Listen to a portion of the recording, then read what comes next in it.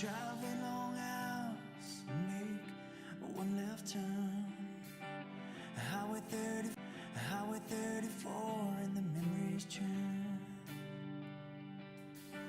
I pull in this old town, and I take a look around. These folks that don't know me now, I guess I'm just a ghost in this town. Rode my bike down on Smith Hill a couple hundred times, going so fast I felt like I was flying. Drove my car down these red dirt roads after I could drive. The memory is still alive. The memories are still alive. I'm just a ghost in this town. I'm just a ghost in this town. Even though I'm gone, I'm still around.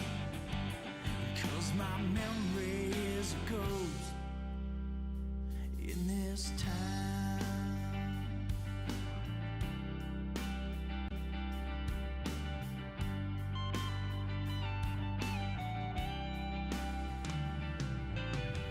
Drive down my old street, past my old house. Gentlemen, Artist Spotlight of the Week of Philip. Ladies and gentlemen, Artist Spotlight of the Week of Philip Vince. Go out to our website, www.avradio.org, and go to the Artist Spotlight of the Week page and or tab. Read his bio, click on his photograph, it will take you to his preferred site. Let him know you heard him right here on American Veterans Radio, and that is Philip Vince, and I have the privilege to have on American Veterans Radio, and that is Philip Vince, and I have the privilege to have Philip joining me live from a town I know a little bit about, Malvern, Arkansas. Hey, good afternoon, man, and welcome to the show. Thanks a lot, Jim. It's a pleasure to be here, and I really appreciate everything American Veterans Radio does for our military and our veterans, and I'm honored to be a part of this station. Oh, man, thank you. We're humbled. I got goosebumps off of that. You know, Me too. I was listening to part of the song you were just saying, you know, Ghost in This Town. Do people know who Philip Vince, the singer, is in the community that you work in and you live in? The community I'm in now, yes. Live in? The community I'm in now, yes, Malvern, Poland, Arkansas area. I actually wrote the song about Mangum, Oklahoma, where I grew up. Some of my friends from high school do, but for the most part, no, they don't even know I'm singing about them. The reason I love the song, but also our studio here at American Veterans Radio is actually attached onto the backside of our house, okay, just to be honest with you. And we've been doing this for 9 years. We literally had a studio built. We've been doing this 9 years. We had a guy come in today. We had to replace our refrigerator. And Vicky brought him in and said, I had no idea.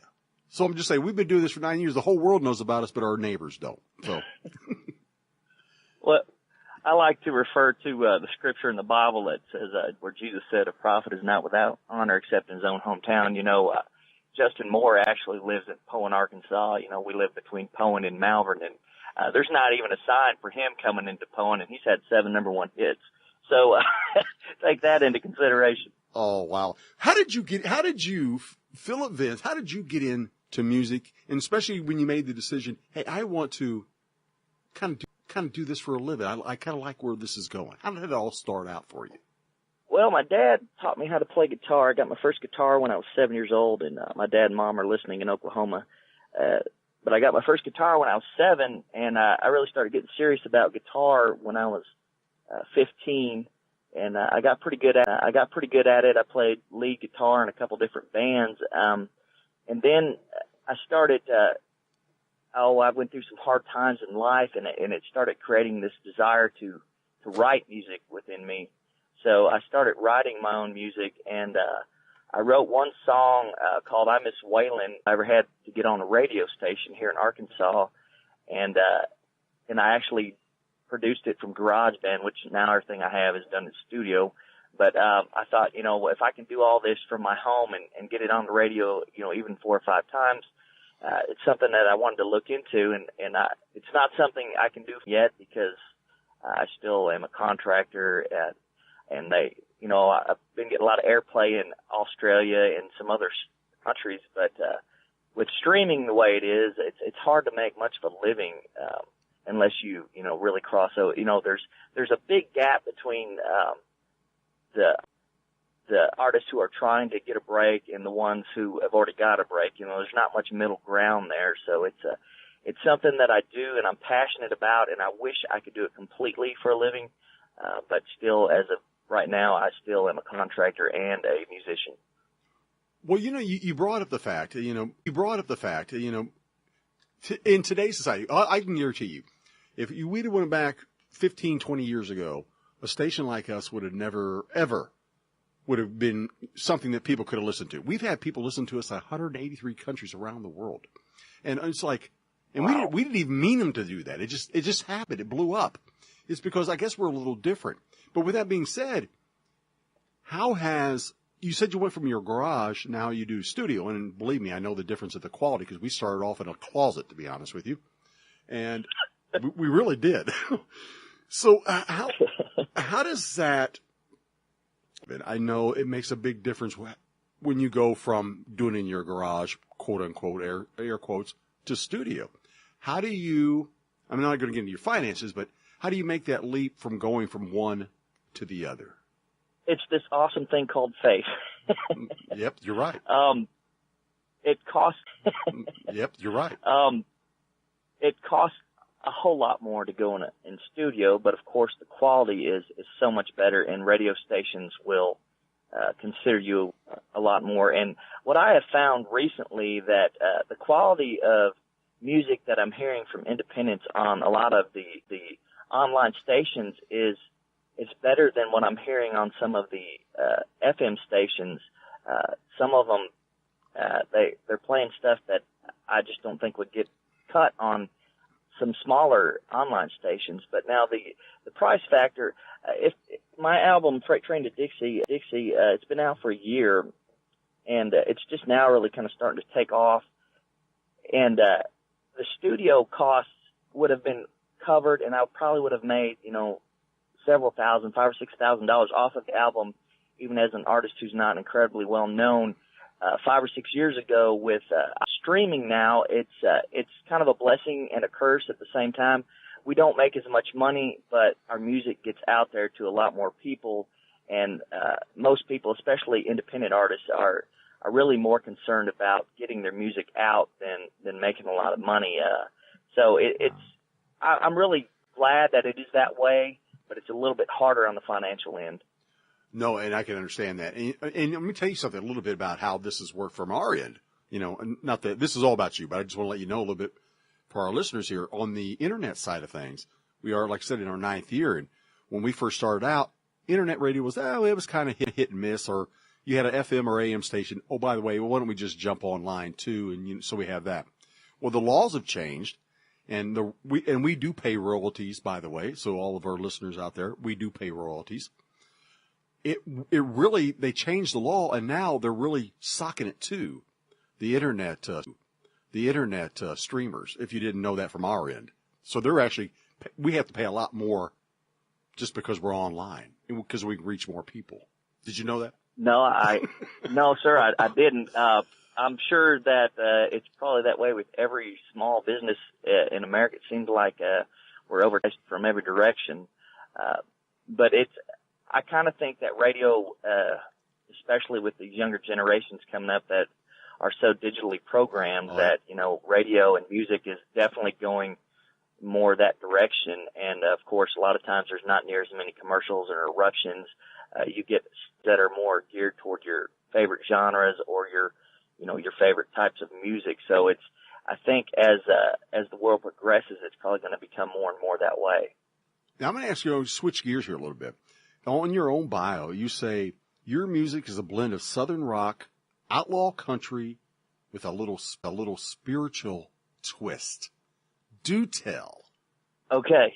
That is me in a nutshell. If I was to describe myself, I actually am a worship pastor at Pone Assembly of God in Arkansas, and I lead worship with electric guitar, electric rock guitar, basically. And we do a lot of covers that are on contemporary Christian radio, and we do some remakes that are more have more of a rock and roll feel, or more of a spiritual twist on more of a modern sound. But I went through a period in my life where I let go of what I thought he was, because my idea was twisted of viewing him as like Zeus in the sky, who was ready to knock me down if I messed up. And it kind of pushed me through a really hard period in my life where I really started searching, and I started letting go of all these ideas that I had until I got down to the bottom of my idea of, yes, I believe there's a God, and yes, I believe that Jesus Christ died for my sins. So I built back from there, but I find a lot of Christian music, to me, leaves out a lot of real things in life. I know Bono from U2 said one time that he wishes Christian artists would be more honest in their music.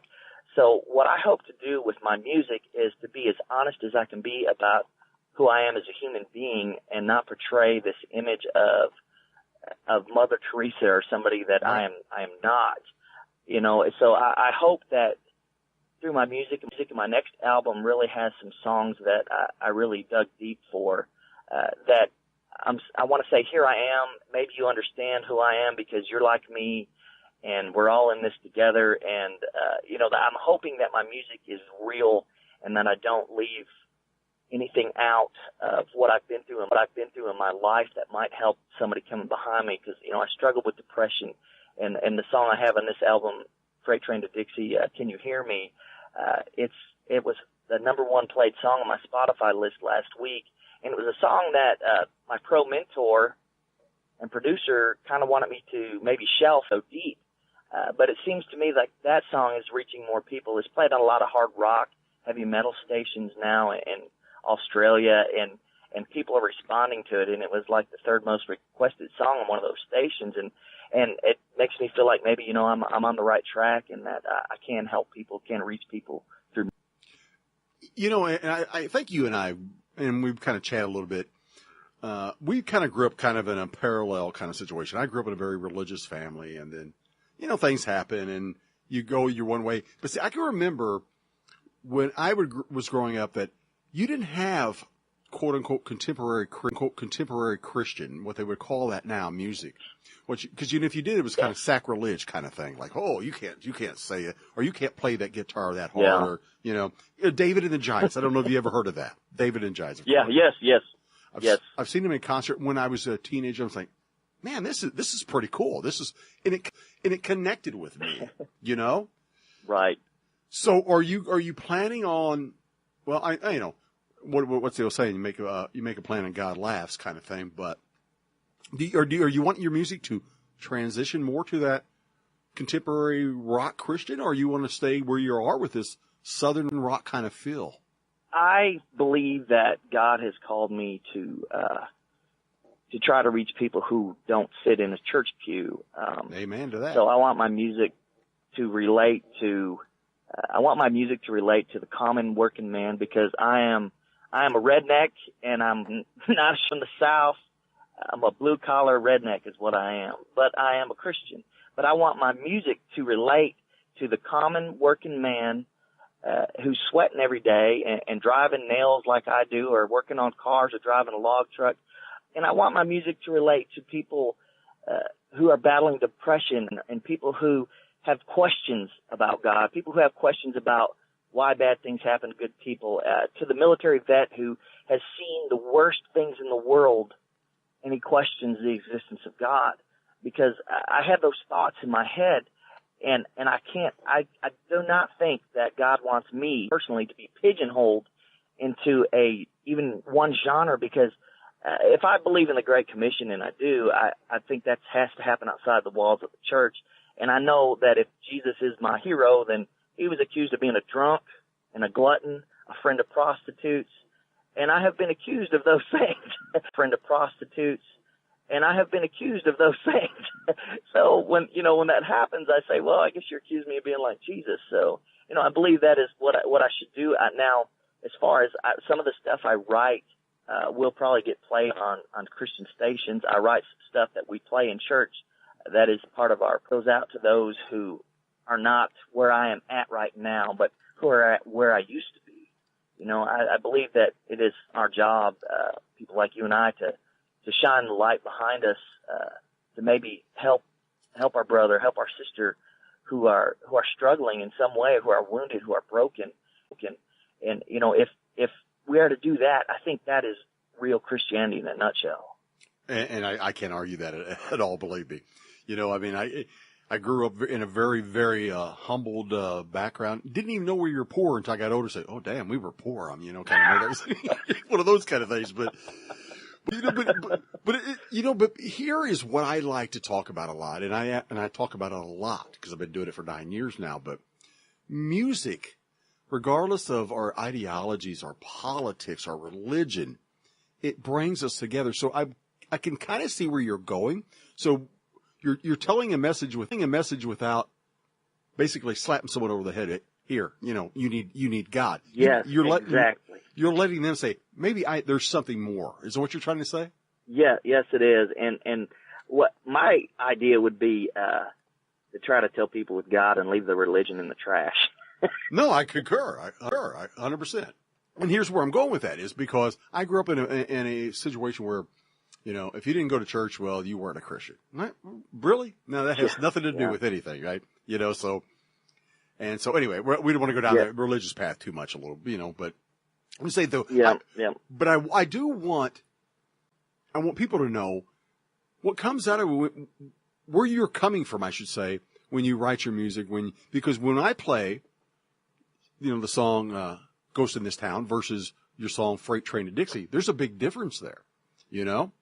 And it's coming from almost two different genres, like you're a crossover artist there.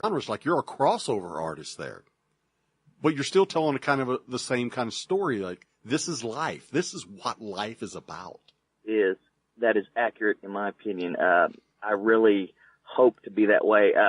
The reason if people say what genre are you, I say Southern rock because, I'm rock and roll and country, in which, in my opinion, Southern rock is the first cousin of country music. Absolutely. You know, Charlie Daniels, Marshall Tucker, Leonard Skinner, Hank Williams Jr. You know, that's what I listened to, growing up. And I love the energy of rock and roll, but I love the honesty and the storytelling of country music. So it's almost like I can't hardly write one without writing the other. And, which it's kind of hard though as a Southern rock artist because it's a very, very small genre now, which, most of it gets played on country music, you know, which is a difficult thing to do. Hey, this is real small town America. I've got a guy pulling up on a lawnmower right now. I love it. I absolutely love it. Where can people go out and buy your music, Philip? I am available on Spotify, iTunes, Napster.